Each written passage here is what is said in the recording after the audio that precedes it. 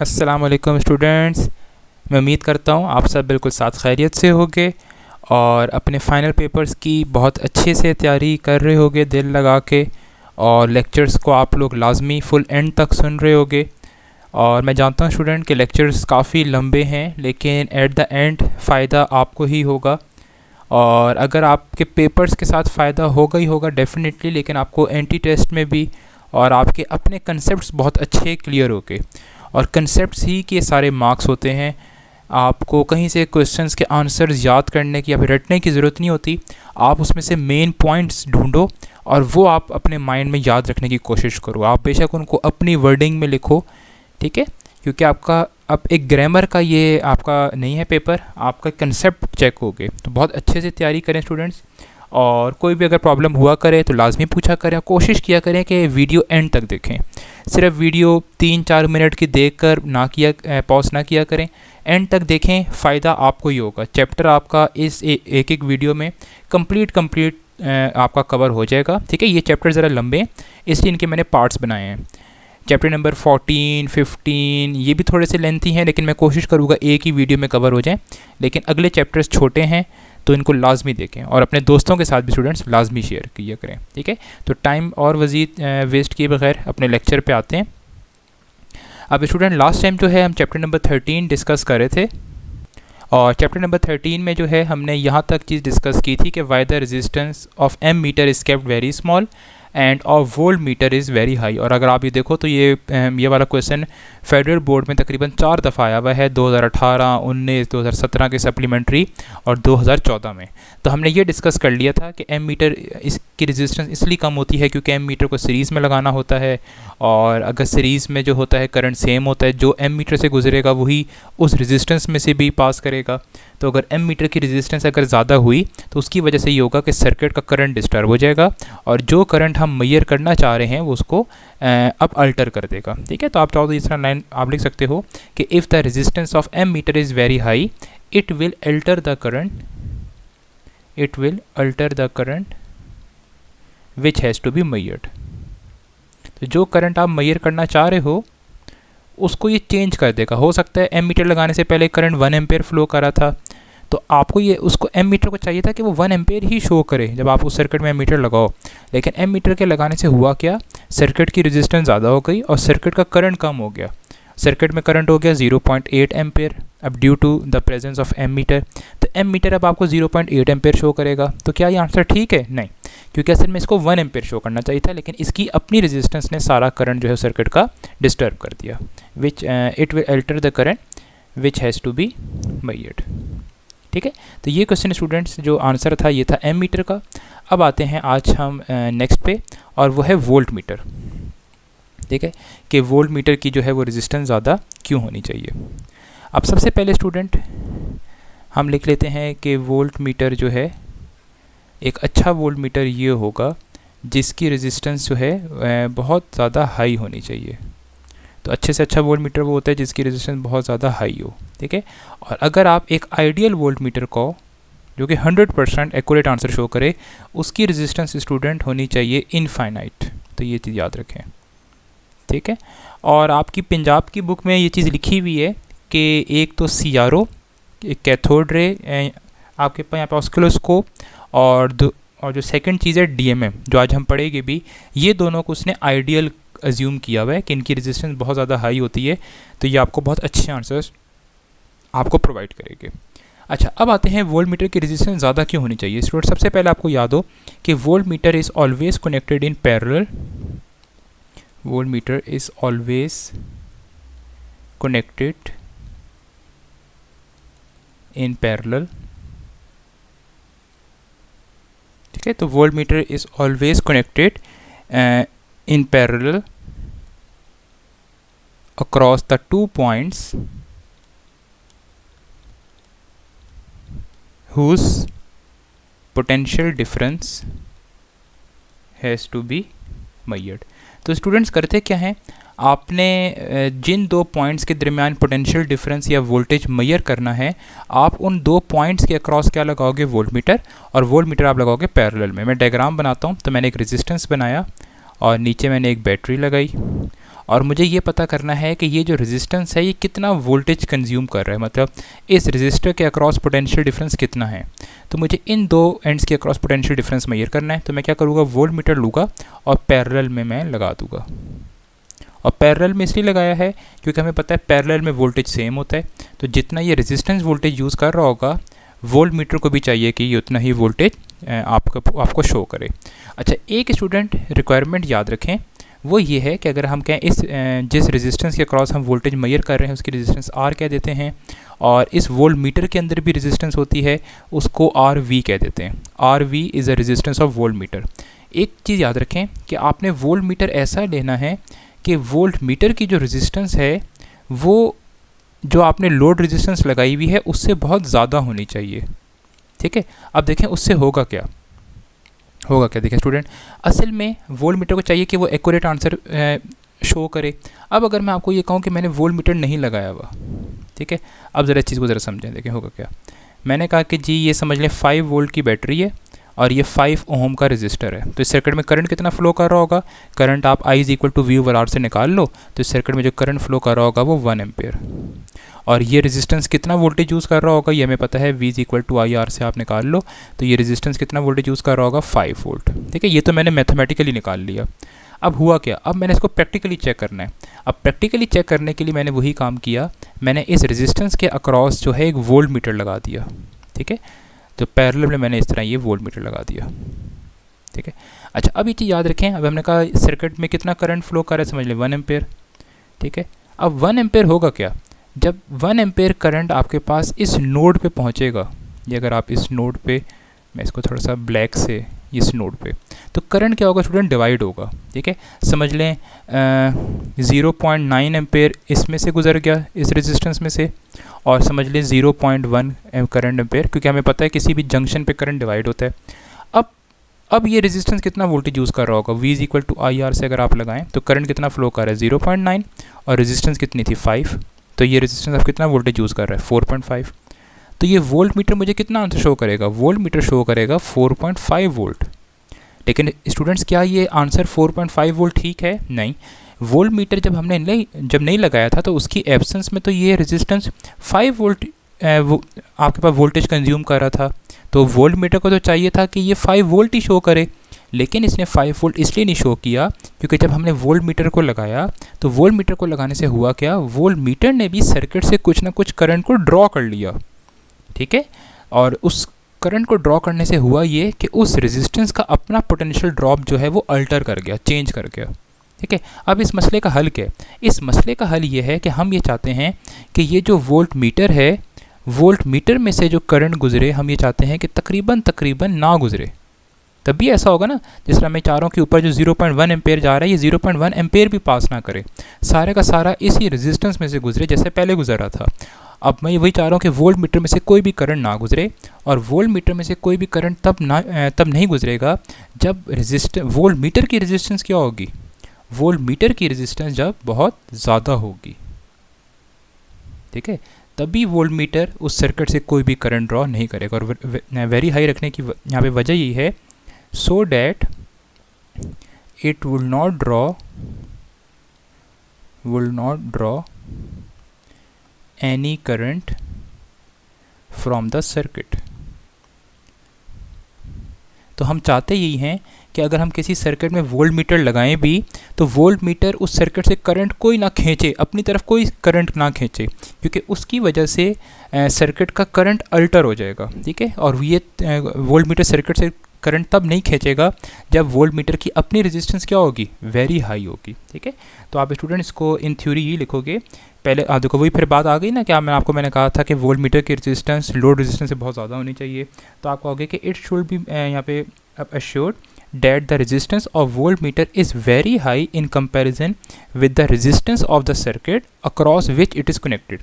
आपने जिस रेजिस्टेंस के अक्रॉस वोल्टमीटर लगाया हुआ है, वोल्टमीटर की रेजिस्टेंस उस रेजिस्टेंस से तो बहुत ज़्यादा होनी चाहिए यहाँ पे, otherwise it will draw the current from the circuit and will alter the potential difference which is required to be measured.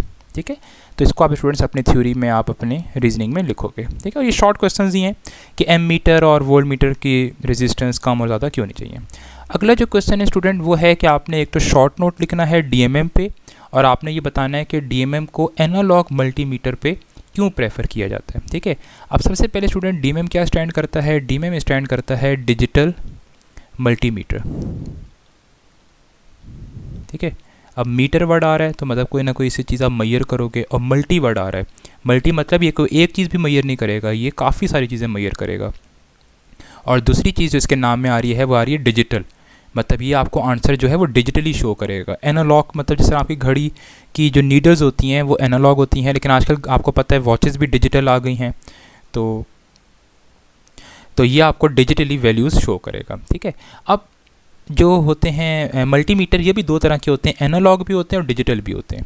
ठीक है, तो ये क्वेश्चन के सेकंड पार्ट में कह रहा है कि हम डिजिटल मल्टीमीटर्स को एनालॉग पे क्यों प्रेफर करते हैं। ठीक है, अब सबसे पहले आपको डीएमएम की डेफिनेशन पता हो तो डीएमएम की क्या डेफिनेशन है? डिवाइस विच मैयर्स, क्या क्या मैयर करेगा? Resistance, current end voltage in an electronic, यहाँ पे instrument is called digital multimeter. तो कोई भी एक ऐसा इलेक्ट्रॉनिक इंस्ट्रूमेंट जो कि रेजिस्टेंस भी मैयर करे, करंट भी मैयर करे, वोल्टेज भी मैयर करे, उसको आप क्या नाम दोगे? डिजिटल मल्टीमीटर नाम दोगे। अच्छा, अब आपकी बुक में जो ये जो होता है ना, जो चीज़ें सारी मैयर करे, मतलब मल्टीमीटर को इसने एक और नाम भी दिया हुआ होता है एवोमीटर। तो आप एवोमीटर भी कह सकते हो और इसको आप मल्टीमीटर भी कह सकते हो। और एवोमीटर का मतलब क्या है? A for ampere, V for voltage और ओ मतलब ओहम्स। तो मतलब ये ए एम्पेयर मतलब ये कि ये करंट भी मैयर करता है, वोल्ट्स मतलब कि ये वोल्टेज भी मैयर करता है, और ओहम्स मतलब ये रेजिस्टेंस भी मैयर करता है। तो एवोमीटर को आप मल्टीमीटर भी कह सकते हो। तो आपकी बुक में जो एवोमीटर डिस्कस किया हुआ है वो उसने एनालॉग किया हुआ है, नीडल वाला। तो उसने यही पॉइंट मैंने लिखा है कि it is a digital version of avometer, ये एवोमीटर का डिजिटल वर्जन है, मतलब उसमें नीडल्स को रिप्लेस करके आप इसमें जो है वैल्यूज़ लिखी हुई आएंगी बाकायदा। तो अगला पॉइंट यही है कि डिजिटल वैल्यूज़ आर डिस्प्लेड यहाँ पे ऑटोमेटिकली विद डेसिमल पॉइंट। अब देखो इसमें जो आंसर्स आते हैं ना स्टूडेंट्स, वो आते हैं इस तरह 14.9, तो खुद ब खुद डेसिमल पॉइंट। अब एनालॉग में ये खासियत नहीं थी, एनालॉग में नीडल कहीं 14 और 15 के बीच में कहीं रुकती, तो आपको खुद गेस करना पड़ता कि ये 14.6 है, 14.7 है, 8 है या 9 है। लेकिन इसमें ये फ़ायदा है कि आपको वो खुद ही आपको डेसिमल में वैल्यू देगा, पॉइंट्स में वैल्यू देगा। अगली चीज़ है पोलैरिटी भी आपको बता देगा। जब आप इंशाल्लाह जो इंजीनियरिंग के स्टूडेंट्स हैं, जब आप इंजीनियरिंग में आप मैयर करते हो वोल्टेज, तो कभी आपका वोल्टेज 4.0 आ रहा होगा, प्लस 4.0 वोल्ट, कभी माइनस 4.0 आ रहा होगा, है ना। तो ये आपको पोलैरिटी भी खुद बता देता है कि ये प्लस माइनस मतलब इस तरह का चक्कर। और ये खुद उनकी यूनिट्स भी शो कर देता है। अगर आप वोल्टेज मैयर कर रहे होगे तो साथ में वोल्ट भी लिखा हुआ आ रहा होगा, करंट मैयर कर रहे होगे तो एम्पेयर लिखा आ रहा होगा, रेजिस्टेंस मैयर कर रहे हो तो ओम लिखा हुआ आ रहा होगा। ठीक है, और ख़ुद ही आजकल के जो एडवांस डीएमएम हैं उनमें तो अकॉर्डिंग टू वो उसको प्रीफिक्स में भी कन्वर्ट कर देता है। अगर आप करंट स्मॉल मैयर कर रहे हो ना, तो वो उसको वो 0.001 एम्पेयर लिखने के बजाय खुद ही आपको कह देगा कि 1 मिली एम्पेयर। तो आजकल के तो अब एम्बेडेड उनमें कंप्यूटर्स इंस्टॉल्ड हैं। ठीक है, अच्छा अगला पॉइंट है कि दे आर एक्यूरेट, डेफिनेटली अब एक्यूरेट हैं। आपको जिस तरह एनालॉग में गेस करना पड़ता था कि ये 14 पॉइंट बीच में नीडल आ रही है तो क्या वैल्यू है, एक्यूरेट इस लिहाज से आपको ये वैल्यूज़ बेकायदा लिखी हुई नज़र आएंगी। ठीक है, अगली बात है ड्यूरेबल, इनका लाइफ टाइम ज़्यादा होता है, इतनी जल्दी ख़राब नहीं होते अगर आप कोई मस्तियाँ ना करें इसके साथ, तो ये काफ़ी टाइम चलता है। काफ़ी इसमें एक्स्ट्रा फीचर्स भी होते हैं। इनमें मैं आपको छोटी सी एग्जांपल देता हूँ। इनमें लाइट सिस्टम भी होता है, अगर आप रात के वक्त कोई मैयर चीज़ कर रहे हो तो लाइट ऑन कर लो। मेरे पास जो डीएमएम है वो टेम्परेचर भी मैयर करता है, वो कॉन्टीन्यूटी भी चेक करता है, और वो डायोड का भी बता देता है कि पी साइड एंड साइड कौन सी है, और उसमें काफ़ी सारे फीचर्स हैं। ठीक है, हाँ वो अब ऑटोमेटिकली ऑफ भी हो जाता है। तो ये एक्स्ट्रा फीचर्स का ही मतलब है, काफ़ी सारे एक्स्ट्रा फीचर्स होते हैं।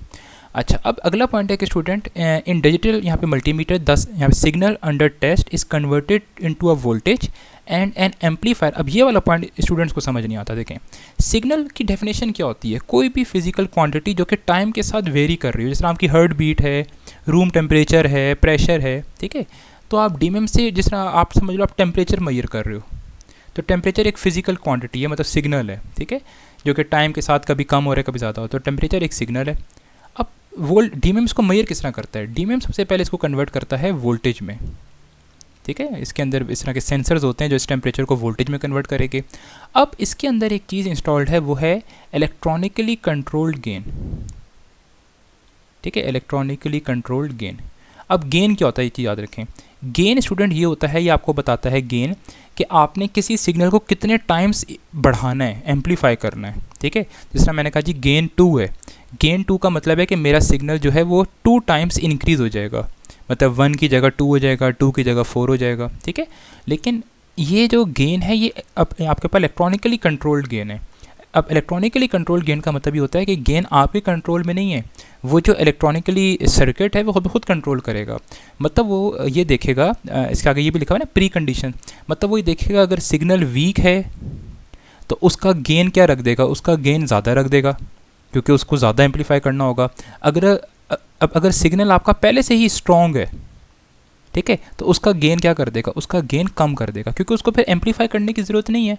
ठीक है, इसको कहते हैं प्री कंडीशंस ऑफ सिग्नल। अब आते हैं पॉइंट पे। In a digital multimeter the signal under test is converted into voltage and an amplifier with electronically controlled gain. Electronical control gain का मतलब खुद ब खुद गेन को वो एडजस्ट करेगा। और किस तरह अब एडजस्ट करेगा, प्री कंडीशंस ऑफ सिग्नल। पहले वो सिग्नल को देखेगा कि वो वीक है तो गेन की वैल्यू ज़्यादा लगाएगा। जिस तरह समझ लो आपने पैसे डिस्ट्रीब्यूट करने हैं, आपने ना जो आपके पास गरीब और मुस्तकीन है, तो जो ज़्यादा मुस्तहिक होगा आप उसको ज़्यादा पैसे दोगे, जिसके हालात कुछ बेहतर है आप उसको कम उसकी आप हेल्प करोगे, है ना। तो ये प्री कंडीशंस ऑफ सिग्नल होते हैं। अच्छा, अगला पॉइंट है कि our digital multimeter displays the quantity measured as a number which eliminates, कौन सा एरर अब एलिमिनेट करेगा, पैरेलैक्स एरर।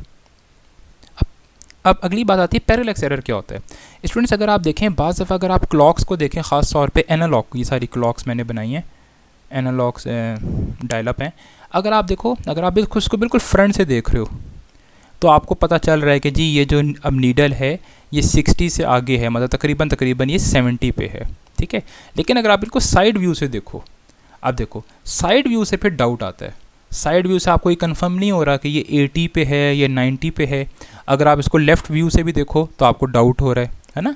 इस चीज़ को कहते हैं पैरेलैक्स एरर। इस तरह आप अपने घर की वॉच देख लो, अगर वो आपके पास यहाँ पे एनालॉग है, फ्रंट से देख रहे हो तो एक्यूरेट आंसर देगा, लेकिन अगर आप उसको साइड से देख रहे हो तो उसमें पैरेलैक्स, इस तरह के एरर को कहते हैं पैरेलैक्स एरर।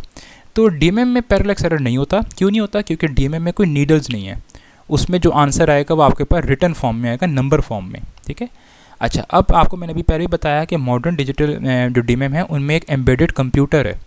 ठीक है, और वो कंप्यूटर सारी इंस्ट्रक्शंस को डील कर रहा होता है कि कब डीएमएम को ऑफ़ करना है। अगर आप उसको यूज़ नहीं कर रहे, वो खुद ही देखेगा काफ़ी देर से, अगर यूज़ नहीं हो रहा तो वो उसको ऑफ़ कर देगा। ठीक है, और ये गेन वगैरह भी जो सारा कंट्रोल कर रहा होता है, ये एक एम्बेडेड कंप्यूटर। एम्बेडेड कंप्यूटर ऐसे कंप्यूटर्स जो आपके वॉशिंग मशीन में, टीवी में, छोटे स्केल के जो कंप्यूटर्स होते हैं, which provides a variety of convenient features. ठीक है, तो ये स्टूडेंट क्वेश्चन था डीएमएम के बारे में। अगला जो क्वेश्चन है वो ये है क्वेश्चन नंबर 17। क्वेश्चन नंबर 17 ये है कि स्टूडेंट, ये भी 3 दफ़ा पेपर में आया है, और वो ये है कि why do the picture on TV screen become distorted when a magnet is brought near the screen. Common सा क्वेश्चन है कि पुराने जो आपके टीवी होते थे, फ्लोरोसेंट ट्यूब वाले जो टीवी होते थे, अगर आप उनके करीब मैग्नेट लाओ, तो अगर आपको याद हो या आपके दौर से अगर पढ़ाने की बात है, तो आप देखते थे उसके कलर्स ख़राब हो जाते थे, और कुछ टीवियों में तो वो कलर्स जो ख़राब होते थे वो आपके पास परमानेंटली ख़राब हो जाते थे। बाज़ दफ़ा होता था ना, आप वैसे ही मजाक में लेके गए तो वो कलर वापस ठीक हो जाते थे, लेकिन अगर आप ज़्यादा मस्तियाँ करते थे तो फिर वो कलर्स जो है परमानेंटली ख़राब हो जाते थे, बाकायदा आपको मैकेनिक नीड होती थी। अब होता क्या स्टूडेंट्स, ये चीज़ याद रखें, टीवी जो थे ना, ये पुराने वाले जो ट्यूब्स वाले जो टीवी थे, इनमें असल में इलेक्ट्रॉन गन होती थी, इलेक्ट्रॉन गन्स। ठीक है, और आई थिंक 3 गन्स होती थी, 3 इलेक्ट्रॉन गन्स होती थी, और मेरे ख्याल से प्राइमरी कलर्स की होती थी, रेड, ग्रीन और ब्लू, मेरे ख्याल से इस तरह 3 गन्स होती थी। इन गन से, इलेक्ट्रॉन गन्स है तो इनसे इलेक्ट्रॉन्स निकलते थे, और ये इलेक्ट्रॉन्स जो हैं ये आकर स्ट्राइक करते थे टीवी की स्क्रीन पे। ठीक है, और जहाँ जहाँ ये स्ट्राइक करते थे वहाँ वहाँ पे वो कलर प्रोड्यूस होता था और आपकी स्क्रीन पे इमेज बनी हुई आ जाती थी। ठीक है, तो इन इलेक्ट्रॉन गन्स का बड़ा पार्ट प्ले होता था कि ये इलेक्ट्रॉन गन्स किधर किधर स्ट्राइक कर रहे हैं, क्योंकि देखो अगर एक भी इलेक्ट्रॉन गलत अगर किया तो कलर जहाँ पे ब्लू आना था वहाँ पे रेड आ जाएगा, तो वो पिक्चर ही ख़राब हो जाएगी आपकी, है ना। तो यही होता था। अब आप जब मैग्नेट लेकर आते हो, देखो होता क्या, जब आप मैग्नेट करीब, आप यहाँ पे जिस तरह आप ये डायग्राम देखो, तो ये देखो, हाँ ये मैंने इलेक्ट्रॉन गन शो की हुई है। ठीक है, और ये इलेक्ट्रॉन गन समझ लें इस तरह जाके इस टीवी के इस पार्ट पे स्ट्राइक कर रही है, तो यहाँ कोई ना कोई इमेज बन रही होगी। तो ये इस तरह पूरी टीवी की ये स्क्रीन है, यहाँ पे इमेज कोई ना कोई अच्छी सी बन रही होगी, ठीक है। अब होता क्या, देखो जब आप मैग्नेट लाते हो ना, अब आपको पता है कि इलेक्ट्रॉन्स अगर मूव कर रहे हों और अगर मैग्नेटिक फील्ड प्रेजेंट हो तो इलेक्ट्रॉन्स जो हैं अपनी पाथ को डेविएट कर देते हैं, है ना। तो होता यही है, जब आप मैग्नेट करीब लाते हो तो इलेक्ट्रॉन्स अपनी पाथ से डेविएट कर जाते हैं। जिधर जाके उन्हें स्ट्राइक करना होता था वो वहाँ जाके स्ट्राइक नहीं करते, किसी डिफरेंट जगह पे जाके स्ट्राइक कर देते हैं, जिसकी वजह से जहाँ पे आपको कलर नहीं मिलने चाहिए, वो रेड ग्रीन ब्लू, वहाँ आपको वो कलर मिलना शुरू हो जाते हैं। तो अगर आप स्क्रीन में देखो तो आपको ये चीज़ शो भी हो रही होगी। अब इसकी थ्योरी देख लेते हैं। वो कह रहे हैं कि अब the picture on a TV screen, the picture on a TV screen is form, सबसे पहले आपको बता रहे टीवी में स्क्रीन पे पिक्चर बनती कैसी है। Is formed by striking a beam of electron on a fluorescent screen. The direction of striking electron will change due to the magnetic field of this magnet. अब आप मैग्नेट करीब ले आए, the electron move towards the screen from the picture tube which pass through the balanced magnet. अब देखिए वैसे जो electron पहले जो जा रहे होते हैं ना, वो एक बैलेंस्ड मैग्नेटिक फील्ड की वजह से जा रहे होते हैं, कंट्रोल कर रहा होता है टीवी उनको। लेकिन अगर आप मैग्नेट लाओगे तो वो कह रहा है कि this balance of magnetic field इस क्या हो जाएगी, disturb by bringing external magnetic field and the striking electrons are deflected making distorted picture. तो जहाँ वो पहले स्ट्राइक करने जा रहे थे, आपके मैग्नेट लेकर आने की वजह से उन्होंने अपनी पाथ को डेविएट कर दिया और वो अब किसी डिफरेंट जगह पे जाके उन्होंने स्ट्राइक किया और आपकी पिक्चर जो है वो डिस्टॉर्ट हो गई, ठीक है। और हमें पता है कि उन पे फोर्स कितनी लगती है, क्यू भी हमें ये तो बात पता है कि जहाँ भी मैग्नेटिक फील्ड, तो आपका एक्सटर्नल मैग्नेटिक फील्ड आने से ये नुकसान होता है। अगला क्वेश्चन है स्टूडेंट कि how can you separate the isotopes, कि how can you use a magnetic field to separate the isotopes of chemical element. क्या आप मैग्नेटिक फील्ड को यूज़ करके आइसोटोप्स को किस तरह सेपरेट कर सकते हो किसी भी एलिमेंट को, ठीक है। अब ये जो काम जिस डिवाइस में होता है उसको कहते हैं स्टूडेंट्स मैस स्पेक्ट्रोग्राफ, ठीक है। अब होता क्या है, देखिए हमें पता है अगर एक चार्ज पार्टिकल मैग्नेटिक फील्ड में एंटर हो और अगर वो अपना एंगल 90 बना रहा हो विद मैग्नेटिक फील्ड, तो हमें ये बात पता है कि वो जैसे ही मैग्नेटिक फील्ड में एंटर होगा तो वो सर्कुलर मोशन स्टार्ट कर देगा, ठीक है। हम इसी चीज़ को हम यहाँ पे यूटिलाइज करेंगे। तो वही कह रहे हैं consider a mass spectrograph in which the ions of isotopes of an यहाँ पे element are projected in a uniform आपके पास मैग्नेटिक फील्ड। अब मैंने कहा कि वो सर्कुलर मोशन स्टार्ट कर देंगे। अब सर्कुलर मोशन का हमें पता है, सर्कुलर मोशन के लिए उनको क्या चाहिए, सेंट्रीपिटल फोर्स। तो सेंट्रीपिटल फोर्स कौन प्रोवाइड करेगा, मैग्नेटिक फोर्स। तो आप कहोगे the magnetic force will provide the centripetal force which will deflect them in different circular path due to the different. अभी हम आगे देखते हैं कि वो डिफरेंट सर्कुलर पाथ हो गए, मतलब सर्कुलर मोशन तो सारे करेंगे लेकिन सबके सर्कल्स डिफरेंट हो गए, ठीक है।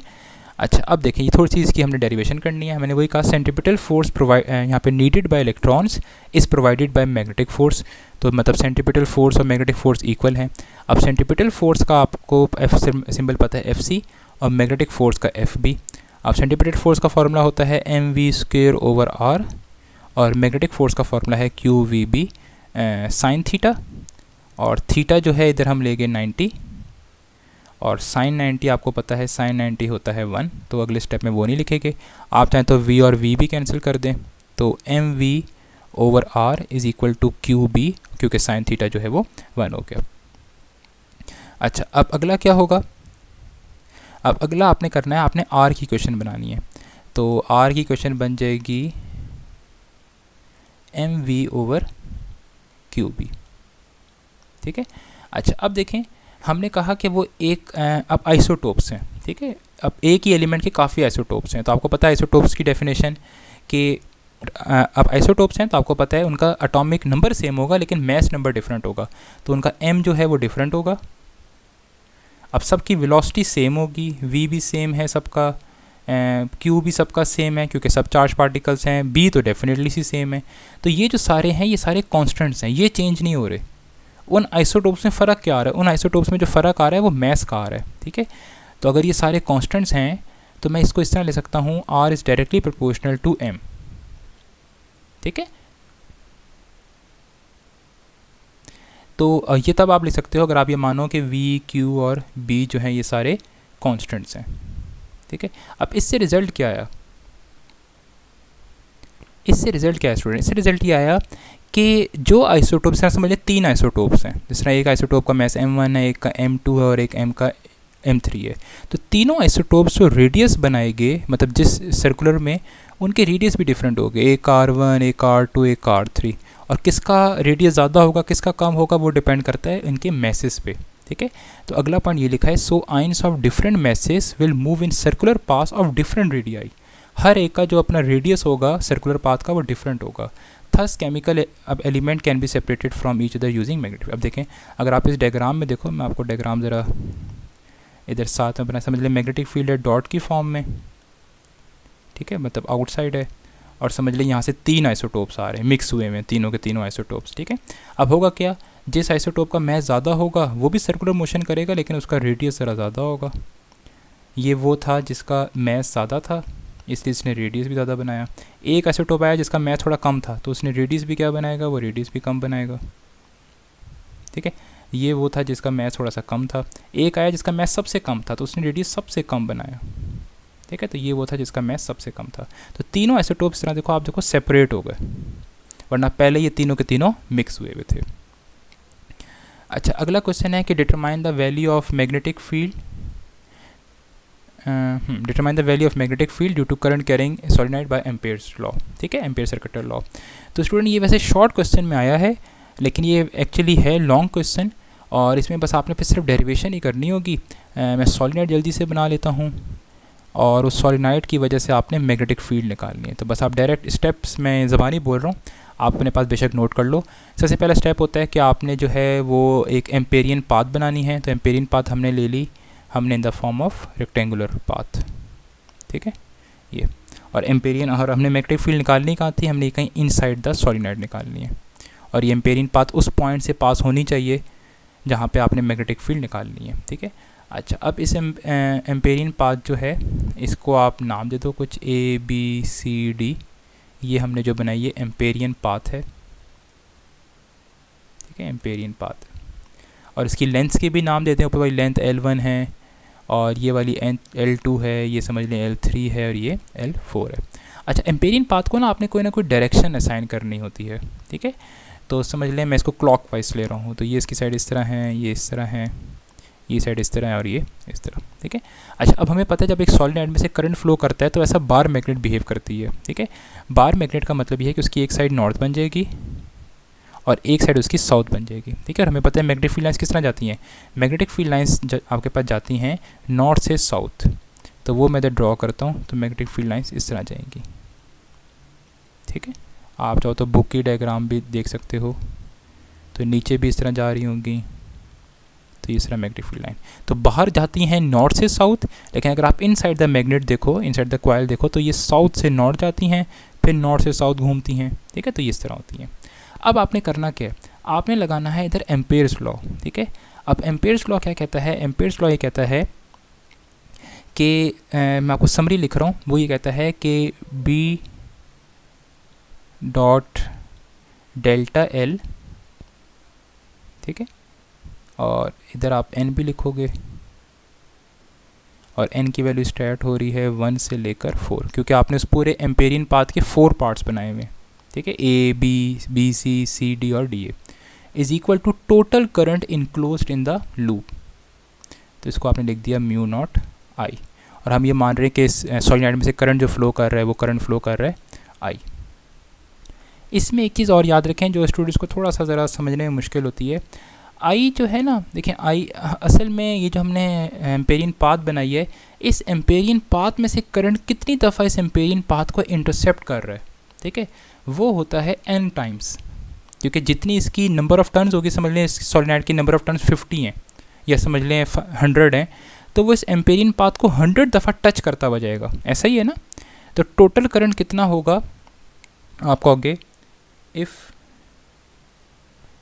n is the number of turns, अगर n इस सॉलिनॉइड की नंबर ऑफ टर्न्स हैं, number of turns of solenoid, फिर ये जो इक्वेशन है थोड़ी सी डिफरेंट बन जाती है। वो बन जाएगी म्यू नॉट और कैपिटल NI। तो कैपिटल NI असल में total current enclosed in the Amperian path है, क्योंकि वो जो सॉलिनॉइड है एम्पेरियन पाथ को बार बार इंटरसेप्ट कर रहा है, टच करता हुआ जा रहा है। ठीक है, अच्छा, अब आपने बारी बारी जो है वो इस पर लगा लेना है। ठीक है, तो इसको आप बार B डॉट डेल्टा L 1 फिर आप ये साइन हटा दोगे समेशन का, plus B dot delta L2 plus B dot delta L3 plus B dot delta L4 is equal to mu naught n I. ठीक है, अब अगर आप ऊपर वाली डायग्राम में देखो, अब आप जो है इधर सबसे पहले B dot delta L solve करते हैं और बीच में डॉट लगा हुआ है, तो डॉट का मतलब है कि कॉस थीटा। ठीक है, तो डेल्टा L1 का मतलब है B delta L1 cos theta. तो आपने देखना है कि डेल्टा L1 और बी के दरमियान कितना एंगल है। तो आप L1 देखो अगर आप, अच्छा एक और चीज़, L1 साइड जो है वो बाहर लाई कर रही है। ठीक है, तो जो साइड बाहर लाई कर रही होगी उसके साथ आप बी के साथ आउटसाइड लिख दोगे। अच्छा, अब एक चीज़ याद रखें स्टूडेंट, अब अंदर मैग्नेटिक फील्ड लाइंस बहुत एक दूसरे के साथ कंसंट्रेटेड हैं, बहुत क्लोज हैं। तो अंदर जो मैग्नेटिक फील्ड है वो तो स्ट्रॉन्ग है, ठीक है, लेकिन बाहर जो मैग्नेटिक फील्ड लाइंस हैं वो एक दूसरे से बहुत ज़्यादा दूर दूर हैं। उसका मतलब ये है कि बाहर मैग्नेटिक फील्ड लाइंस जो है, बाहर जो मैग्नेटिक फील्ड स्ट्रेंथ है वो बहुत वीक है, ज़ीरो नहीं है, लेकिन हम अंदर के मुकाबले में सॉलिनॉइड के अंदर जितनी स्ट्रॉन्ग है उसके मुकाबले में बाहर वाली मैग्नेटिक फील्ड को हम वीक कह सकते हैं या ज़ीरो कह सकते हैं, क्योंकि बहुत ज़्यादा फील्ड लाइंस के दरमियान डिफरेंस है। तो आप कहोगे कि बाहर जो मैग्नेटिक फील्ड है वो तकरीबन अप्रॉक्सीमेटली जो है वो ज़ीरो है। तो इधर आप ज़ीरो पुट कर दो, तो बी डॉट डेल्टा एल क्या बन गया आपके पास, और इन सब के ऊपर वेक्टर साइन आएगा क्योंकि ये स्केलर प्रोडक्ट है। तो ये आपके पास आ गया बी, जब आपने ज़ीरो पुट किया तो ये पूरा ज़ीरो आ गया, तो बी डॉट डेल्टा एल आपके पास ज़ीरो आ गया। ठीक है, अब आप निकालते हैं बी डॉट डेल्टा L2। अब आप देखें L2 साइड कहाँ लाई कर रही है, L2 साइड जो है वो ये वाली लाई कर रही है। ठीक है, अब आप देखें L2 की डायरेक्शन नीचे की साइड है और मैग्नेटिक फील्ड लाइंस इस तरह जा रही हैं, मतलब मैं साइड पे अगर बनाऊँ तो L2 साइड इस तरह नीचे है और मैग्नेटिक फील्ड लाइंस अगर आप देखो तो वो इस तरह जा रही हैं। तो दोनों के दरमियान एंगल कितना बना, 90। तो आप इधर पुट करोगे 90 एंगल, तो आप कहोगे B delta L2 cause of 90, साथ में चाहें तो रीज़न लिख दें, लेकिन शॉर्ट क्वेश्चन है तो मैं अवॉइड कर रहा हूँ। ये आ गया ज़ीरो, तो बी डॉट डेल्टा L2 आ गया ज़ीरो। इसी तरह आप बी डॉट डेल्टा L3 भी निकालोगे, वो भी आएगा ज़ीरो, क्योंकि अगर आप देखो डायग्राम में तो सॉरी L4, ये L4 ज़ीरो आएगा। ठीक है, बी डॉट डेल्टा L4, और ज़ीरो क्यों आएगा L4, क्योंकि आप देखो क्योंकि L4 साइड ऊपर की तरफ है और मैग्नेटिक फील्ड लाइंस इस तरह जा रही हैं, तो ये दोनों के दरमियान भी एंगल जो बन रहा है वो 90 बन रहा है। ठीक है, अब एक बच गई साइड L3, तो एक निकालते हैं बी डॉट डेल्टा L3, तो नेक्स्ट है बी डॉट डेल्टा L3। अब आप स्टूडेंट्स अगर आप देखो L3 साइड लाई कर रही है ये अंदर। ठीक है, मैं इस तरह देखें, ये इस तरह अंदर लाई कर रही है, इस तरह जा रही है L3, और अंदर मैग्नेटिक फील्ड लाइंस भी ऐसी हैं, है ना। अगर आप डायग्राम के अंदर देखो तो आप कहोगे कि दोनों जो हैं ये पैरेलल हैं। ठीक है, और अगर ये दोनों पैरेलल हैं तो थीटा कितना आया, ज़ीरो, और कॉस ज़ीरो कितना होता है, कॉस ज़ीरो होता है 1, तो ये आंसर आ गया बी डेल्टा L3। तो सिर्फ बी डेल्टा L3 का वैल्यू आई ये आई। ठीक है, अच्छा, अब ये सारी वैल्यूज़ जो है ना ये आपने पुट कर देनी है इस इक्वेशन में, ये जो आपने जो एम्पेयर्स लॉ लगाया था, ये जो मैंने सर्कल की है, अब आप इधर सारी ये वैल्यूज़ पुट कर दो, सब्स्टिट्यूट कर दो। ठीक है, तो वो जो इक्वेशन थी वो इक्वेशन बन जाएगी 0 plus B delta L3 plus 0 is equal to mu naught capital N I। ठीक है, तो B dot delta L3 is equal to mu naught N I। ठीक है, अच्छा, अब डेल्टा L3 के अगर आप ज़रा डायग्राम में देखें तो L3 असल में उतनी ही आपने ली थी जितनी सॉलिनॉइड की लेंथ है ना। तो आप डेल्टा L3 को लिख सकते हो कि डेल्टा L3 जो है असल में वो length of solenoid he represent कर रही है, तो ये असल में लेंथ ऑफ सॉलिनॉइड ही है, और लेंथ ऑफ सॉलिनॉइड को आप लिख लो कैपिटल L।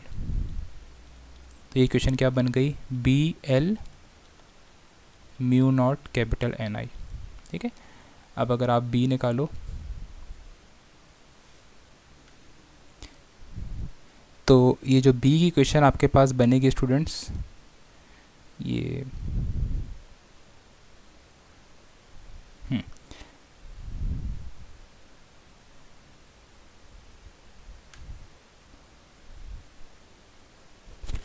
तो ये बी की इक्वेशन बनेगी B is equal to mu naught capital N I over L. और स्टूडेंट ये जो number of turns over length है इसको कहते हैं स्मॉल एन। तो इक्वेशन बन जाएगी B is equal to mu naught small N I. Capital N जो है वो नंबर ऑफ टर्न्स हैं, capital L total length of solenoid है, और स्मॉल एन बताती है number of turns per unit length कि 1 मीटर या 1 सेंटीमीटर में कितनी नंबर ऑफ। अच्छा, नेक्स्ट क्वेश्चन है स्टूडेंट्स हमारे पास, और वो है is it possible to orient a current loop in a uniform magnetic field such that loop will not tend to rotate. वही कह रहे हैं स्टूडेंट्स, क्या ऐसा पॉसिबल है अगर आप एक करंट कैरिंग लूप लो। लूप हम किसी भी ऐसी कॉइल को बोलते हैं जिसमें नंबर ऑफ टर्न्स 1 हो, ठीक है। कह रहे हैं कि ऐसा पॉसिबल है कि उसको आप यूनिफॉर्म मैग्नेटिक फील्ड में भी रखो, उसमें से करंट भी फ्लो कर रहा हो, लेकिन वो फिर भी रोटेट ना करे। इसको एक्सप्लेन करें, ऐसा पॉसिबल है या नहीं। अब स्टूडेंट हमें पता है अगर आप एक करंट कैरिंग लूप को मैग्नेटिक फील्ड में रखो तो क्या एक्सपीरियंस करती है, वो एक्सपीरियंस करती है टॉर्क या कपल। टॉर्क का मतलब है कि वो क्या स्टार्ट कर देगी, रोटेशन स्टार्ट कर देगी। लेकिन क्वेश्चन में वो क्यों पूछ रहा है, क्या ऐसा पॉसिबल है कि वो रोटेट ही ना करे, ठीक है। पॉसिबल है स्टूडेंट्स। अब ज़रा देखें, टॉर्क का फॉर्मूला है NIAB cos एल्फ़ा, ठीक है। और एल्फ़ा एंगल होता है बिटवीन प्लेन ऑफ कॉइल और दूसरी चीज़ है मैग्नेटिक फील्ड।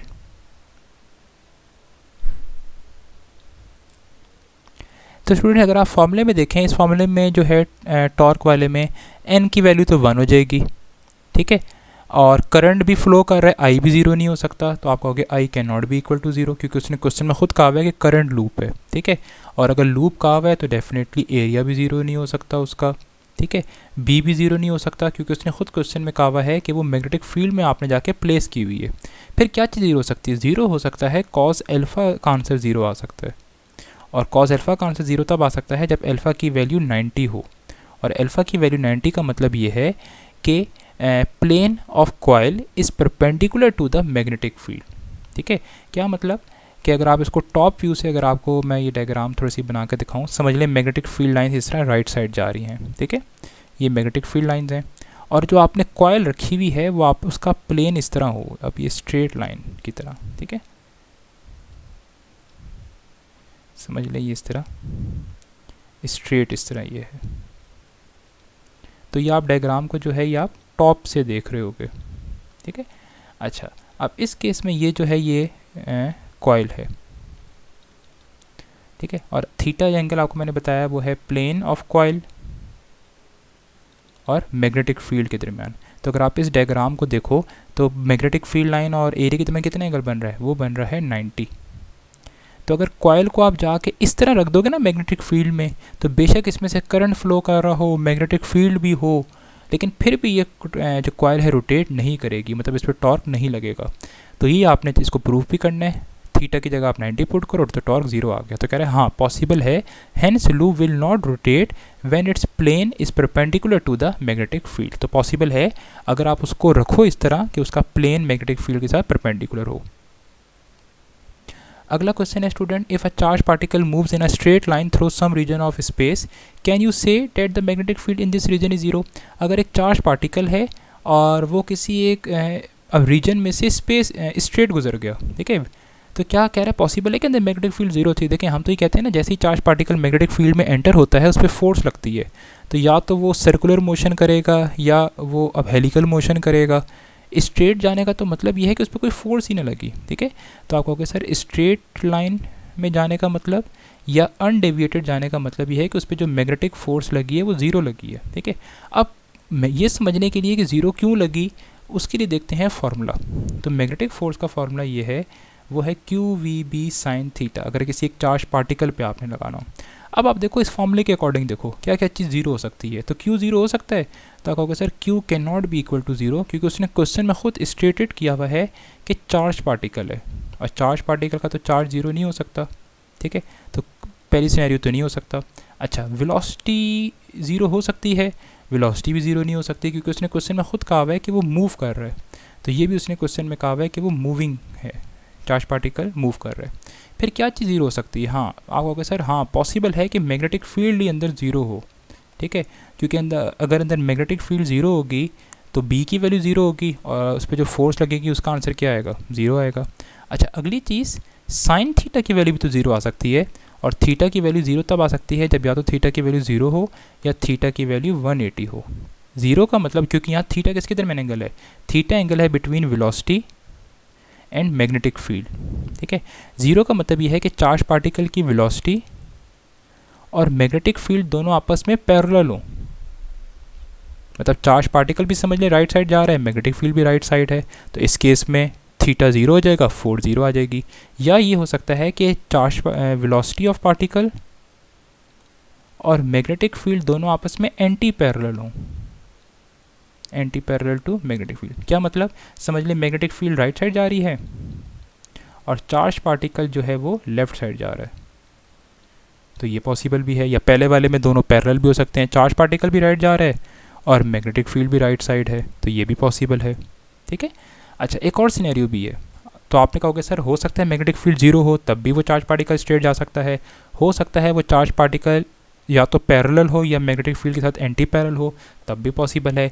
और एक और सिनेरियो जो है वो ये है कि हो सकता है उस रीजन में इलेक्ट्रिक और मैग्नेटिक फील्ड दोनों प्रेजेंट हो, both electric and magnetic fields are present perpendicularly, मतलब दोनों प्रेजेंट तो हों लेकिन दोनों एक दूसरे के साथ 90 का एंगल बना रही हो, मतलब इसको कहते हैं क्रॉस्ड इलेक्ट्रिक फील्ड्स।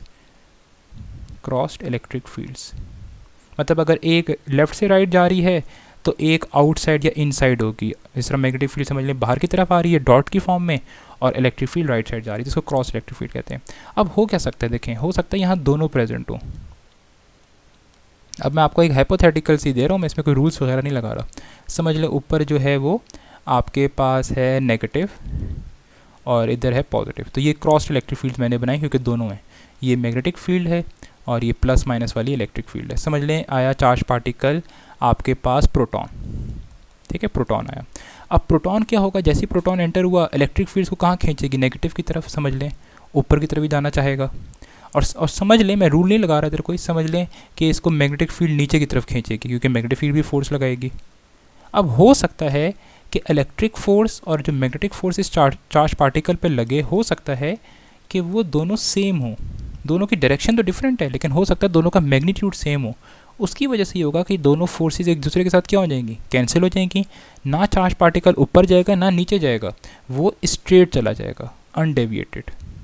तो हो सकता है वो जो उसने रीजन ऑफ स्पेस कहा हुआ है, 3 सिनेरियो हैं, हो सकता है वहाँ मैग्नेटिक फील्ड प्रेजेंट ही ना हो सकता है मैग्नेटिक फील्ड या तो चार्ज पार्टिकल की वेलोसिटी के साथ पैरेलल हो या एंटी पैरेलल हो, या थर्ड सिनेरियो ये है कि हो सकता है उधर इलेक्ट्रिक और मैग्नेटिक फील्ड दोनों प्रेजेंट हो परपेंडिकुलरली क्रॉस्ड, जिसकी वजह से दोनों फोर्सेस सेम लगें और चार्ज पार्टिकल अनडिफ्लेक्टेड या स्ट्रेट चला जाए।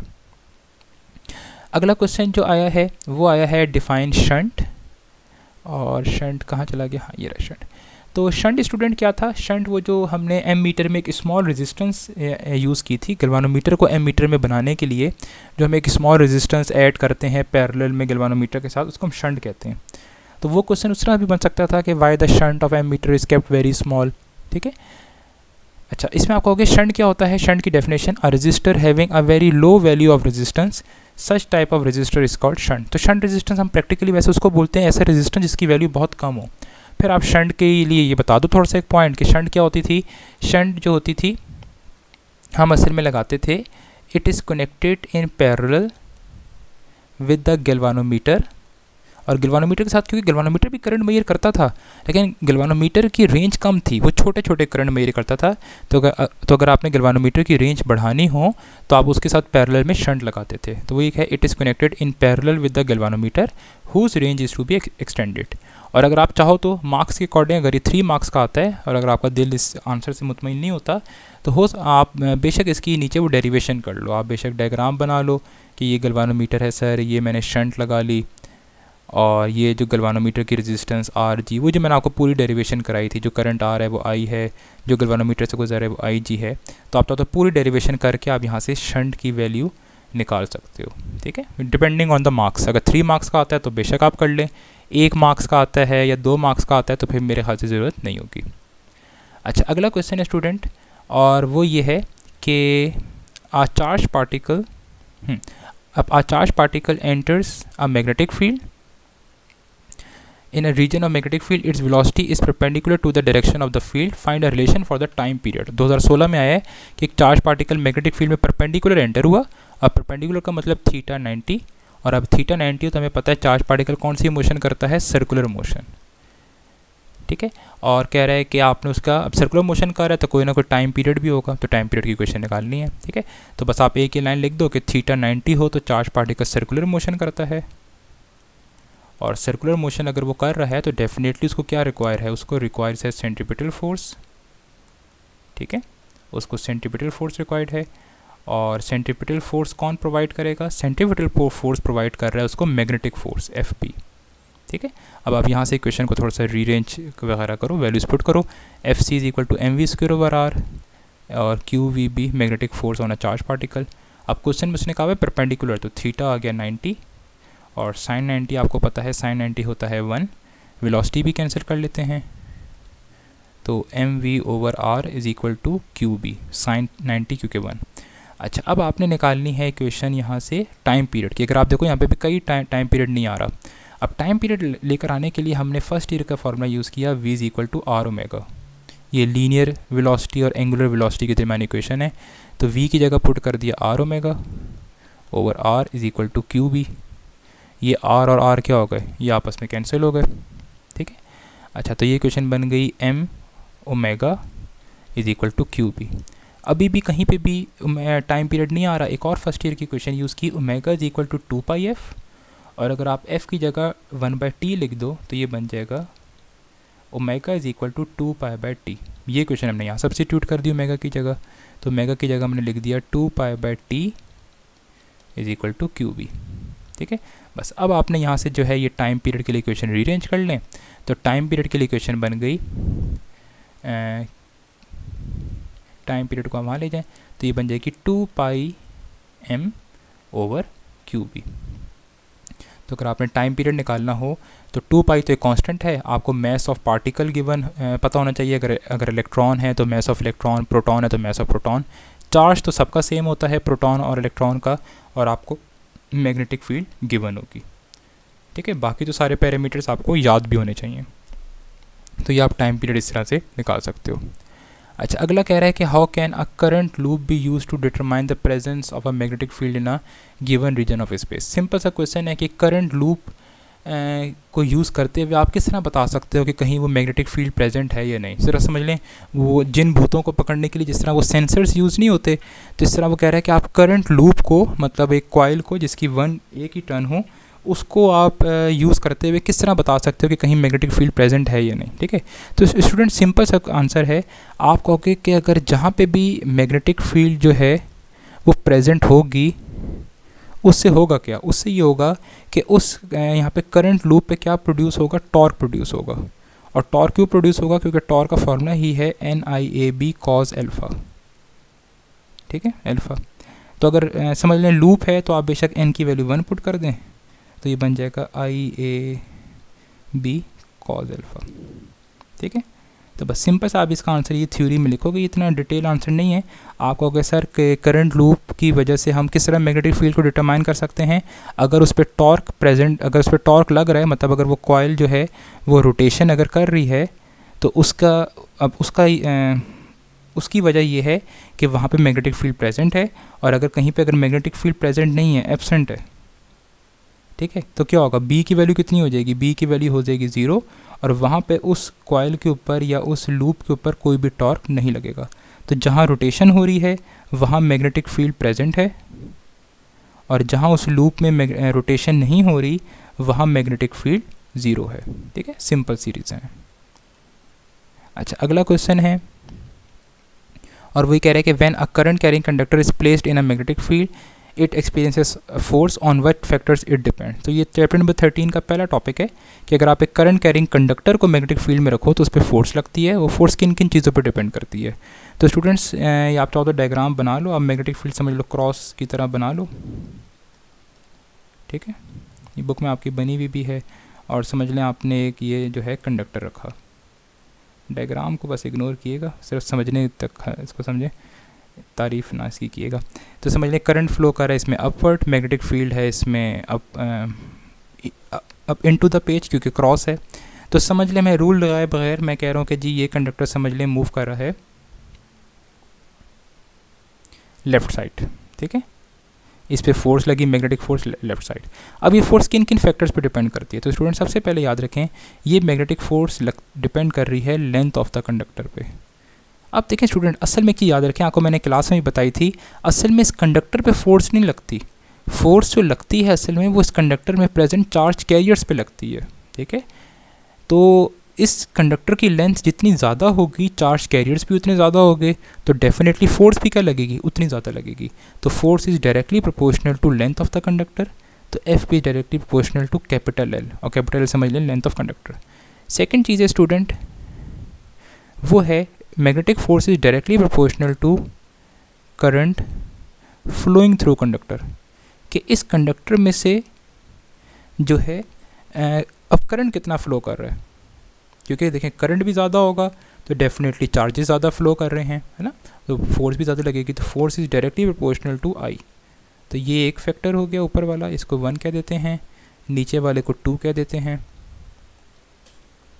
अच्छा, एक और चीज़ है, ये मैग्नेटिक फोर्स जो है ये मैग्नेटिक फील्ड पे भी डिपेंड, देखें फोर्स कौन लगा रहा है उस पर भी तो डिपेंड करता है ना, कि फोर्स लगाने वाला कम है या ज़्यादा है। तो magnetic force is directly proportional to magnetic field strength, तो बी पे भी डिपेंड करता है, ठीक है। अच्छा, अगली चीज़ है ओरिएंटेशन। तो मैग्नेटिक फोर्स ओरिएंटेशन पे भी डिपेंड करता है कि आपने उस कंडक्टर को रखा हुआ किस तरह है, और ओरिएंटेशन को हम यहाँ पे ले रहे हैं साइन थीटा, ठीक है। और थीटा जो स्टूडेंट याद रखें एंगल है, वो है between length and magnetic field, और लेंथ की डायरेक्शन वही होती है जो डायरेक्शन करंट की होती है, ठीक है। अब आप इन सारे फैक्टर्स को मिला दें तो ये आ जाएगा F B is equal to, F B is directly proportional to I L B sine theta. Proportionality constant आप रिमूव करें तो वो आ जाएगा K I L B sine theta. और स्टूडेंट्स के की वैल्यू जो है ये डिटरमाइन की जाती है डायमेंशन एनालिसिस वगैरह से, तो वो आई हमारे पास 1। तो मैग्नेटिक फोर्स का फार्मूला आ गया एक कंडक्टर पे I L B sine theta, मतलब मैग्नेटिक फोर्स करंट पे, लेंथ पे, मैग्नेटिक फील्ड पे, और थीटा मतलब ओरिएंटेशन पे डिपेंड करता है। अगला न्यूमेरिकल है कि a velocity selector has a magnetic field of 0.3 Tesla if a perpendicular electric field is applied. देखें मैग्नेटिक फील्ड भी प्रेजेंट है और इलेक्ट्रिक फील्ड भी परपेंडिकुलर है, दोनों प्रेजेंट हैं। What will be the speed of the particle that will pass through the. देखें ये वेलोसिटी सिलेक्टर है। वेलोसिटी सिलेक्टर क्या करता है, एक वेलोसिटी के पार्टिकल आपको सिलेक्ट करके दे देता है। जिस तरह अगर मैं कह रहा हूँ मुझे 100 सेंटीमीटर यहाँ पे सेंटीमीटर पर सेकंड के चार्ज पार्टिकल चाहिए, बाकी सब नहीं चाहिए, तो वेलोसिटी सिलेक्टर मुझे ये काम करके देगा। वेलोसिटी सिलेक्टर में होता क्या है, फार्मूला अगर आपको याद हो तो बहुत अच्छी बात है, वरना चाहो तो छोटी सी इसकी डेरिवेशन कर सकते हैं। वेलोसिटी सिलेक्टर में वो पार्टिकल सिलेक्ट होते हैं जो कि अनडिफ्लेक्टेड जाते हैं, स्ट्रेट जाते हैं, मतलब वो पार्टिकल जिन पे इलेक्ट्रिक फील्ड और मैग्नेटिक फील्ड क्या लगती हैं, सेम लगती हैं, ठीक है। इलेक्ट्रिक फील्ड का फार्मूला होता है क्यू ई, मैग्नेटिक फोर्स का फार्मूला होता है Q V B. Sine theta में इसीलिए नहीं लिख रहा क्योंकि उसने कहा है परपेंडिकुलर, तो वेलोसिटी और मैग्नेटिक फील्ड यहाँ पे परपेंडिकुलर होंगी, तो साइन 91 आ जाएगा। तो Q और Q कैंसिल हो गए। अगर आप V की क्वेश्चन निकालो तो V is equal to E over B, ठीक है। अब इस को समझते हैं। तो वेलोसिटी की क्वेश्चन मैंने यूज़ कर ली E ओवर B। E की वैल्यू पुट करें, E की वैल्यू है 1000 और B की वैल्यू है 0.3, ठीक है। अब आई थिंक ये आंसर आएगा 333.3 मीटर पर सेकेंड, आई थिंक, मुझे जहाँ तक लगता है, आप चेक भी कर लीजिएगा। अब इस वैल्यू का मतलब क्या, इस वैल्यू का मतलब ये है कि अगर समझ लें मेरे पास चार्ज पार्टिकल्स प्रेजेंट हैं जिनकी वेलोसिटी 2000 मीटर पर सेकंड से लेकर 5000 मीटर पर सेकंड तक है, तो ये वेलोसिटी सिलेक्टर क्या करेगा, वेलोसिटी सिलेक्टर मुझे सिर्फ इस वेलोसिटी के पार्टिकल सेलेक्ट करके देगा जिनकी वेलोसिटी ये 333 मीटर पर सेकंड है, ठीक है। बाकियों को मुझे ये सिलेक्ट करके नहीं देगा। तो ये किस वेलोसिटी के पार्टिकल सेलेक्ट होते हैं वो डिपेंड करता है on the ratio of E over B. E over B का जो आंसर आएगा आप उस वेलोसिटी के पार्टिकल को सिलेक्ट कर सकते हो। अगला भी स्टूडेंट जो न्यूमेरिकल नंबर क्वेश्चन नंबर 28 है वो इसी से मिलता जुलता है, और वो ये है कि अब अल्फ़ा पार्टिकल्स हैं, काफ़ी सारे alpha particle ranging in speed from 1000 to 2000। तो कुछ 1000 वाले हैं, 1000 से 2000 की बीच वाले वेलोसिटी वाले अल्फ़ा पार्टिकल प्रेजेंट है। वो ऐसे वेलोसिटी सिलेक्टर में एंटर हुए हैं जहाँ इलेक्ट्रिक फील्ड 300 वोल्ट पर मीटर है और मैग्नेटिक फील्ड 0.2 टेस्ला। तो कह रहा है कौन से पार्टिकल अनडेविएटेड जाएंगे। अनडेविएटेड वो जाएंगे जिन पे नेट फोर्स कितनी लगेगी, 0। तो वही फार्मूला यूज़ कर लें कि v is equal to E over B. तो e की वैल्यू है 3000, b की वैल्यू है 0.2, ठीक है। तो आई थिंक ये आएगा आपके पास, सॉरी 300 था, 300। तो ये आपके पास आंसर जो आएगा ये आएगा 1500 मीटर पर सेकंड। और इस 1500 पर मीटर पर सेकंड का क्या मतलब है कि 1500 यहाँ पे मीटर पर सेकंड वाले जो अल्फ़ा पार्टिकल्स होंगे वो अनडेविएटेड जाएंगे, मतलब वो बिल्कुल स्ट्रेट आ जाएंगे बाहर, वो अल्फ़ा पार्टिकल जिनकी वेलोसिटी 1500 मीटर पर सेकंड है। बाकी पार्टिकल डिफ्लेक्ट हो जाएंगे, कुछ ऊपर चले जाएंगे, कुछ नीचे चले जाएंगे, ठीक है। अच्छा, अगला क्वेश्चन है स्टूडेंट्स हमारे पास, और वो ये है क्वेश्चन नंबर 29 कि what will be the orientation of a current carrying coil in a magnetic field so that the torque acting on it is maximum and minimum, ठीक है। तो ओरिएंटेशन कॉइल की क्या होगा, इस पर टॉर्क मैक्सिमम या मिनिमम लगे। तो टॉर्क का फार्मूला है NIAB cos अल्फ़ा। तो इस चीज़ को ओरिएंटेशन कहते हैं, ये जो है ना अल्फ़ा, इसको ओरिएंटेशन। और अल्फ़ा एंगल दोबारा आपको बता देता हूँ, ये है बिटवीन प्लेन ऑफ कॉइल और मैग्नेटिक फील्ड, ठीक है। तो आपने इस अल्फ़ा के बस लिहाज से आंसर बताना है। पहला डिस्कस करते हैं मैक्सिमम। तो टॉर्क मैक्सिमम कब लगेगा, टॉर्क मैक्सिमम तब लगेगा, ऑब्वियस ही बात है, जब अल्फ़ा की वैल्यू 0 हो। अल्फ़ा की वैल्यू 0 का मतलब ये है कि जब plane of coil is parallel to magnetic field. क्या मतलब, अगर मैं आपको डायग्राम में ये चीज़ दिखाऊं, समझ लें मैग्नेटिक फील्ड लेफ्ट से राइट जा रही हैं, ठीक है, ये मैग्नेटिक फील्ड है। और समझ लें कि प्लेन ऑफ कॉइल भी ऐसे ही रखा हुआ है, ये समझ लें ये कॉइल रखी हुई है, ये थोड़ी सी जो मैं थिक करके बना रहा हूँ, ब्लैक से बनाते हैं, तो ये समझ लें ये प्लेन ऑफ कॉइल है, ये कॉइल रखी है। तो अगर आप देखो इस कॉइल का प्लेन भी ऐसे ही है जिस तरह मैग्नेटिक फील्ड है, तो इस केस में जो है वो थीटा की वैल्यू, अल्फ़ा की वैल्यू 0 होगी। और जब आप अल्फ़ा 0 पुट करोगे तो टॉर्क जो है वो मैक्सिमम आएगा, और वो मैक्सिमम आएगा NIAB, ठीक है। तो इस केस में मैक्सिमम होगा। अच्छा, अगला है मिनिमम। तो मिनिमम के लिए आप वही कहोगे कि मिनिमम तब होगा जब अल्फ़ा की वैल्यू 90 हो।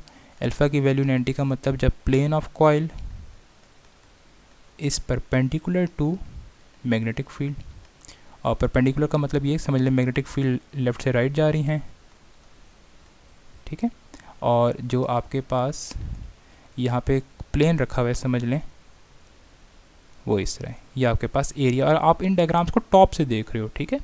तो ये आपके पास जो है ये एरिया कॉइल है, प्लेन कॉइल का एरिया है, कॉइल है ये, ठीक है। अगर आप इस डायग्राम में अगर आप देखो तो मैग्नेटिक फील्ड और इसके प्लेन के दरमियान एंगल बन रहा है 90, और अगर आप टॉर्क के फॉर्मूले में 90 पुट करोगे तो cos 90 आपको पता है होता है 0। तो इस केस में जो है वो टॉर्क आएगा मिनिमम। तो टॉर्क इस कॉइल की ओरिएंटेशन बड़ी मैटर करती है कि आप इसको रख किस तरह रहे हो, ठीक है। तो वो मैक्सिमम भी होगा, मिनिमम होगा, तो इस तरह ये चीज़ वेरी करती रहती है बार बार। अगला क्वेश्चन जो स्टूडेंट्स हमारे पास ये है कि there exist a magnetic field of 0.3 tesla in space along X axis, what will be the magnetic force on a charged particle when it is moving with velocity this at an angle this, ठीक है। तो बस आपने charge particle पे magnetic force निकालनी है, QVB sin theta. बस data आपको सारा गिवन है।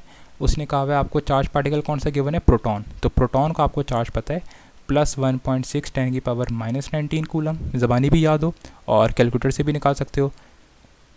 वेलोसिटी आपको गिवन है 3 × 10⁻⁴ मीटर पर सेकेंड, और बी आपको गिवन है 0.3 टेस्ला, और थीटा आपको गिवन है कितना 30 डिग्री, ठीक है। तो बस ये सारी वैल्यूज़ आप यहाँ पे पुट करो और ख़ुद कोशिश करो इसको आप सॉल्व करो, ठीक है, इतना मुश्किल नहीं है न्यूमेरिकल। अच्छा, अगला जो है स्टूडेंट्स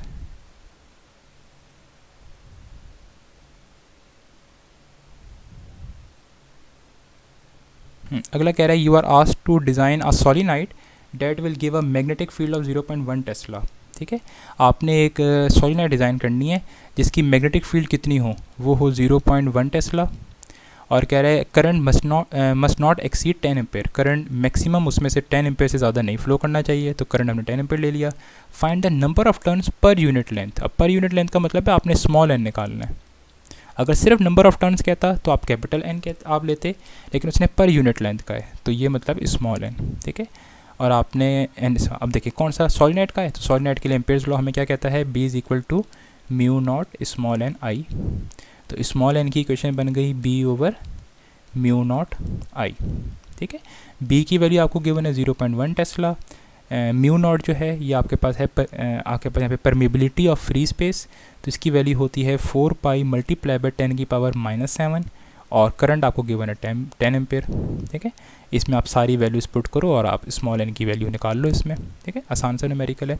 चैप्टर 13 में न्यूमेरिकल बहुत आसान से होते हैं, या तो अब कन्वर्जन में से आते हैं कि जी गैल्वानोमीटर शंट रेजिस्टेंस की वैल्यू निकालें जो मैंने देखा है ज़्यादातर, या जो हाई रेजिस्टेंस की वैल्यू निकालें, तो बहुत आसान से न्यूमेरिकल आते हैं 13 के, इसलिए आप एग्जांपल्स भी लाजमी अच्छी तरह उनमें देख लें। अगला कह रहा है क्या, long straight wire carries a current of 1 ampere, find the magnitude of magnetic field at a distance of 1 metre. तो एक वायर है, उस वायर में करंट फ्लो कर रहा है 1 एम्पेयर, और आपने हमें पता है जैसे ही करंट फ्लो करेगा वो अपने आसपास मैग्नेटिक फील्ड बनाएगी। आपने 1 मीटर के फासले पर, यहाँ पे समझ लीजिए डिस्टेंस 1 मीटर है, 1 मीटर के फासले पे आपने मैग्नेटिक फील्ड निकालनी है, ठीक है।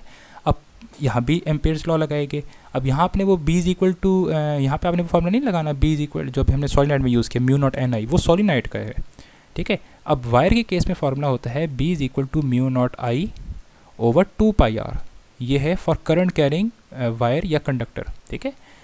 अच्छा, अब आपने बस सारा डाटा आपको गिवन है, म्यू नॉट कितना गिवन है 4 पाई मल्टीप्लाई बाय 10 की पावर -7, करंट कह रहा है 1 एम्पेयर, 2 पाई तो एक कांस्टेंट है, पाई की वैल्यू 3.14, और आर क्या होता है, आर होता है डिस्टेंस बिटवीन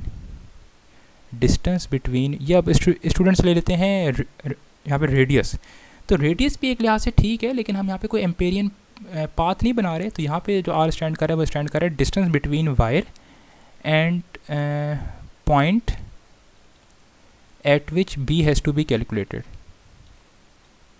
जिस पॉइंट पे आपने मैग्नेटिक फील्ड निकालनी है वो पॉइंट, और जिस वायर की वजह से आप मैग्नेटिक फील्ड निकाल रहे हो उनके दरमियान डिस्टेंस, ठीक है। तो वो उसमें क्वेश्चन में गिवन है 1 मीटर, तो बस आप सारा यहाँ पे डाटा पुट करो और इसको सॉल्व कर लो, ठीक है। और आई थिंक लास्ट क्वेश्चन ये है कि an electron does not suffer any deflection while passing through a region, are you sure there is no magnetic field, justify response. ये स्टूडेंट्स मैंने ऊपर डिस्कस कर लिया था, ये मैंने खुद भी क्वेश्चन बनाया था और ये मॉडल पेपर में भी वही क्वेश्चन है। अब देखें वो कह रहा है कि अब इलेक्ट्रॉन है तो मतलब आपने इस चीज़ का जिक्र नहीं करना कि Q0 हो सकता है, Q0 नहीं हो सकता क्योंकि उसने कहा हुआ इलेक्ट्रॉन है। फिर वो कह रहा है कि पासिंग का मतलब है कि वेलोसिटी भी ज़ीरो नहीं हो सकती, ठीक है, कि उसने पासिंग का, तो ये इन दो चीज़ों का जिक्र आपने नहीं करना। आपने किन किन चीज़ों का जिक्र करना है, आप कहोगे आप वही फार्मूला यूज़ करोगे और आप फिर बारी बारी डिस्कस करोगे। सर हो सकता है क्योंकि उसने कहा है आर यू श्योर, तो आप कहोगे नहीं, आप श्योर नहीं होगे, आप कहोगे no I am not sure that there is no magnetic field. क्यों? क्योंकि मैग्नेटिक फोर्स सिर्फ मैग्नेटिक फील्ड की वजह से ज़ीरो नहीं होगी, हो सकता है कि बी ज़ीरो हो, पहला पार्ट। आप कहोगे might be that there is magnetic field is equal to zero. Second part आपको मैंने क्या डिस्कस कराया पीछे कि हो सकता है कि वो चार्ज पार्टिकल मतलब इलेक्ट्रॉन जो है या तो मैग्नेटिक फील्ड के साथ पैरेलल हो या हो सकता है मैग्नेटिक फील्ड के साथ एंटी पैरेलल हो, सेकंड चीज़। और तीसरी चीज़ जो मैंने आपको डिस्कस कराई स्टूडेंट्स, वही मैंने डिस्कस कराई कि हो सकता है उस रीजन ऑफ स्पेस में दोनों प्रेजेंट हो, उधर इलेक्ट्रिक फील्ड भी हो और मैग्नेटिक फील्ड भी हो और दोनों क्रॉस्ड हो, मतलब दोनों परपेंडिकुलर हो, तो उसकी वजह से भी हो सकता है उस चार्ज पार्टिकल पे नेट फोर्स ज़ीरो लगे, मतलब मैग्नेटिक फोर्स और उस पर इलेक्ट्रिक फोर्स इक्वल हो। ठीक है, ये मैंने ऊपर डिस्कस कराया है, तो आपने ऊपर से इसको आपने चीज़ को डिस्कस देख लेना है। ठीक है, तो स्टूडेंट्स आई थिंक ये सारे क्वेश्चंस थे जो चैप्टर नंबर 13 में से थे, और अच्छी तरह इन क्वेश्चंस को देखिएगा। चैप्टर के न्यूमेरिकल्स अच्छी तरह किएगा, कंसेप्शनल क्वेश्चंस अच्छी तरीके से किएगा। कोई कंसेप्शनल क्वेश्चन नहीं समझ आता तो मुझसे लाजमी डिस्कस करें। कुछ कंसेप्शनल क्वेश्चन यहाँ डिस्कस भी हो जाते हैं, लेकिन ये प्रॉपर कंसेप्शनल क्वेश्चंस के लिए नहीं है। ठीक है, और अगर आपको वीडियो अच्छी लगती है, आई थिंक लेंथी है, अगर अच्छी लगे तो कमेंट बॉक्स में लाजमी आप मुझे बताएं आपको अगर वीडियो अच्छी लगी है, और अगर कोई मिस्टेक्स हुआ करें तो लाजमी बताया करें, क्योंकि कोई भी इंसान परफेक्ट नहीं होता। तो कमेंट बॉक्स में लाजमी अगर मेरी मिस्टेक्स हैं तो वो पॉइंट आउट किया करें ताकि बाकी स्टूडेंट्स उससे ठीक